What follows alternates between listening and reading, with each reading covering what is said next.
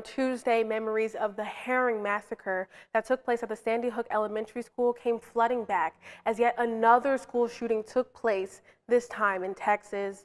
A now slain gunman opened fire at Robb Elementary School, killing almost 24 people, in which the majority were school children with 2 adults. This is an issue all school districts across the country are being faced with.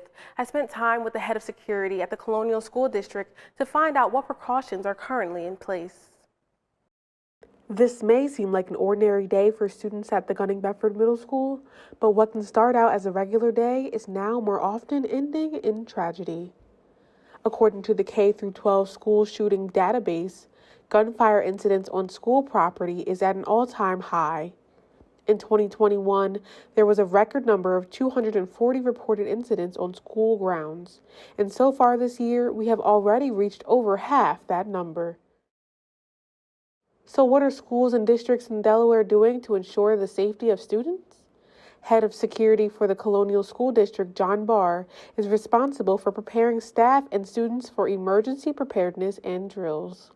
So after hearing about the news with Texas and the mass shooting, first and foremost was, what could I do right now to get some messages out to the district?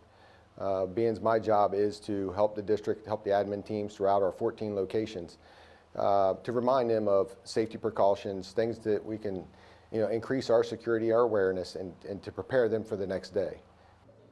The district has a number of safety precautions already put in place so that faculty, staff, and administrators can be prepared for any type of emergency. Alert, Lockdown, Inform, Counter, and Invade, or ALICE for short, is a life-saving hands-on training for district educators. Similar to an active shooter training, different tools and scenarios are used to help train school employees if faced with a real-life active shooter emergency. Other precautions include monitoring students' school-designated laptops to keep tabs on what they are searching online. We have a process that if a student was to type something in their Chromebook that's not applicable, like they're searching for weapons or anything that's seen as being destructive, it alerts us. We can pull that student, question that student, and if we feel that student is a risk or threat, we can actually do a risk assessment here at our school with our psychologist. One of the newest safety precautions for districts is the RAVE app. It's an app that all faculty, staff, and administrators use to alert the school and dispatchers of an emergency. But if I want to send a message to the staff, I would go here, Staff Assist. And since I'm the lead constable of the district, I can go to any school, but I'll pick Gunning Bedford. I can send that kind of message. You can see there, drill anything, or a custom message, whatever I want to send. And it goes to everyone who has this on their phone. Mass shootings in schools have been an eye-opener for teachers across the country, making them not only educators, but also children's protectors. Some of the things we've been doing here, they're very important as far as the trainings we've been going through and some of the different precautions they've been taking here at the building. And it's something that I've been thinking about for years since I had my first trainings here. Going from being just a teacher to also being someone who's in charge of their safety at every minute. This is a bulletproof whiteboard.